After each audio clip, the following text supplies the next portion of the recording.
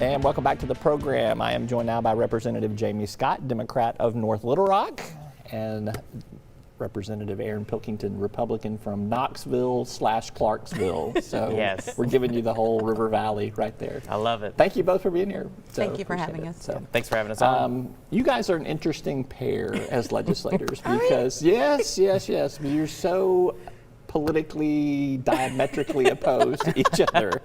Yet you're part of something called the Future Caucus, which I want you to explain what that is and just kind of tell me a little bit about how y'all's relationship, your friendship, has kind of worked across party lines and things that you don't always agree with. So Jamie, I'll go to you first. So. I'll let him start because he brought me into MAP, which is the national organization, Millennial Action Project. Okay. So yeah, I went to a conference when I first got started for millennials, and it was a great program, kind of talking about a lot of issues that affect us. And so eventually they wanted to start these caucuses in states called Future Caucuses. So we did that, and there was one that was started up in Arkansas a while ago, and it kind of got defunct. And then we brought it back. And that was just because we just found things that we could work on together. And, you know, one of the things I love about the Future Caucus is we just always say, like, you don't have to give up your political beliefs to be a part of it. A lot of time when people think bipartisan, they think it means to be a moderate or something like that. And like you said, we're so diametrally opposed. I mean, I'm like right of the right, she's left of the left, but we're able to find things to work on together. And I think that's really admirable. And I think it's why even within the MAP organization nationally, we've both been given the award of Rising Star, because people see that we can come to an organization, we can listen, we can work together, but at the same time, we're not having to compromise what we actually believe, which is what our constituents, they don't want us to compromise what we believe. Yeah. So some people would say, give me an example of something. Food insecurity would be something that is really stretches across, you know, partisan stripes and everything. Y'all are working on something in that vein? Well, we've been working on that since 2019, before the pandemic started. We've been meeting with the governor, just talking to him about food insecurities. The old governor. Sorry, we were meeting with Governor Hutchinson and his administration, just trying to educate them on food insecurity and issues that college students are facing that may not be on the forefront of our colleagues' minds. And so we started talking to chancellors across the state from different schools, just trying to figure out, hey, what does your food pantry looks like? Who's using it? And some of them wrote us letters of support to the governor, talking about that they actually had staff that were using them too. Like, that's the dire need that they were seeing on the campuses. So before he left, he was able to give us $100,000 out of his reserve fund. A lot of our colleagues helped us secure that money too as well, because you know, there's a lot of pressing needs. A lot of different elected officials have needs from their areas and from their districts. But Representative Pilkington and I have definitely been champions on this issue. And some people just didn't understand that college kids weren't eating. And it's real. It is real. And so our application finally went live 2 days ago. So they recently just emailed all. We were there to create the application process, how we wanted it to look. Most of the schools have to, in order to get the money, you have to create a wish list on Amazon, Walmart, wherever they want to create the wish list.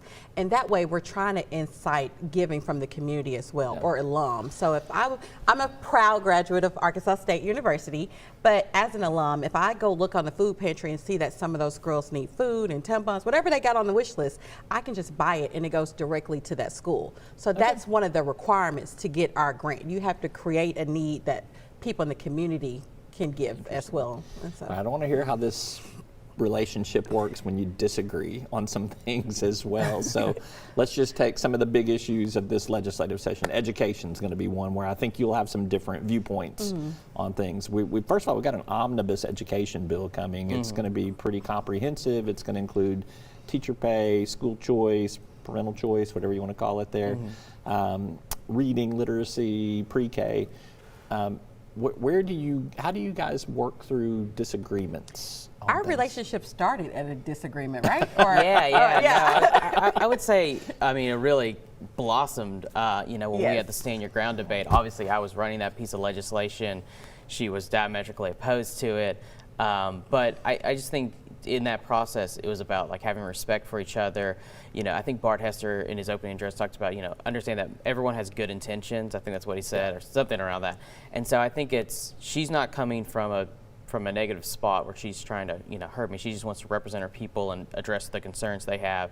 And same with me, that I was. Did you change your bill any with her concerns? I did not, but I'd been working on this a while. But I would say even on like the education bill, I think we're probably not going to agree on the final version of what's it going to be like. But I would say that we do have really good discussions, and I think too a lot of it's like, okay, well, we're seeing these issues. This is how I think we should do it. It's just about trying to be respectful and realize that both of us want what's best for our districts. Yeah. And so we're not, while we may disagree, it's not because we don't like each other. And I think that's really a big part. And then when you do disagree, just kind of laugh it off and just realize you're going to need them on the next vote. We have over 2,000 bills get filed during the legislative session.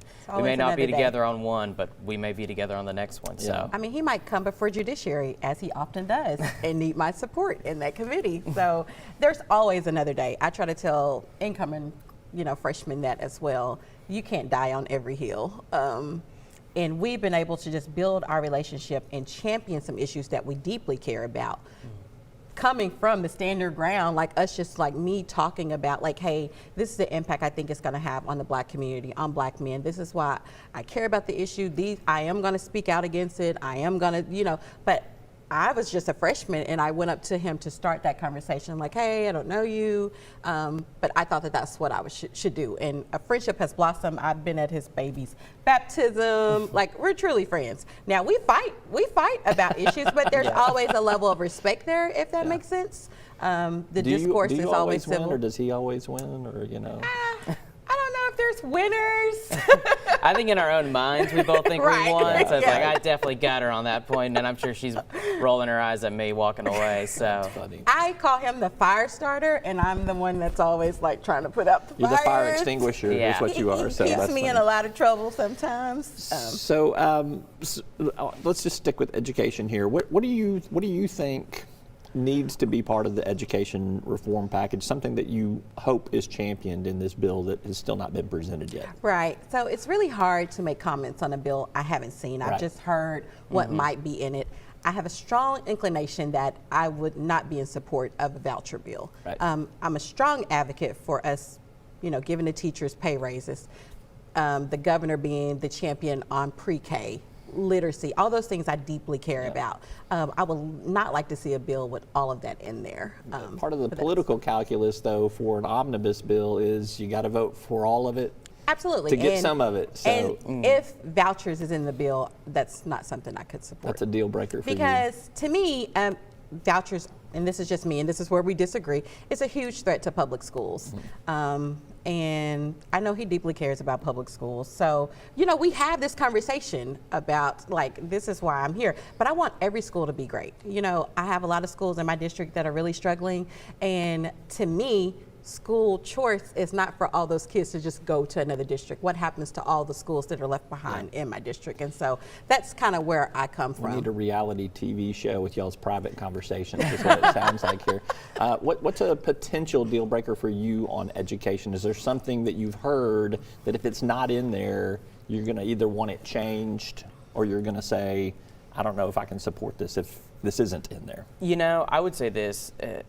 Once again, it's hard to tell when you don't see the bill. I think we've been last in education for so long, and I'm always call myself one of the reformers within the House. That anything I think that moves the ball down the field, I'm going to probably be in support of. I'm really optimistic about some of the things I'm hearing. Like she said, I love the teacher pay increase. I like the choice part of it. I'm glad that we're including parochial schools.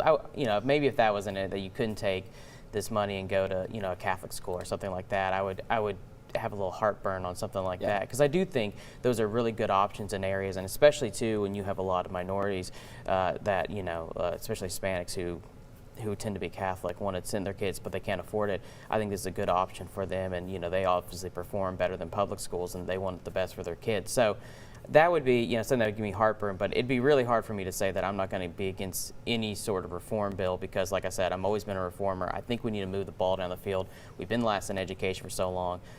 We got to do something. Time to shake some things up is what you're saying. Yes, So, yeah. exactly. All right. Like I said, start that fire. All right, about 20 seconds left here.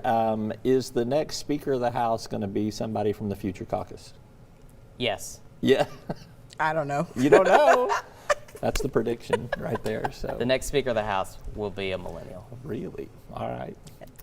We'll get names later. How about that? All right, When we get sounds off good. camera. Well, All right. the Millennial Caucus is actually 45 and under, so there's like how many members? Like in the 40, chamber? so- Yeah, it's like possibly 40 members. So really, that wasn't you're- a hard prediction. Yeah, for you to I make mean, there. like- So, all right, I got it. So, all right, I Hey, got for a legislature, that's young. So. Yes. no. Right. I got to wrap it up there. All right, Representative Aaron Pilkington, Representative Jamie Scott, thank you both so Thank much. you. Appreciate Thank you for it. having us. We're back to wrap up right after this.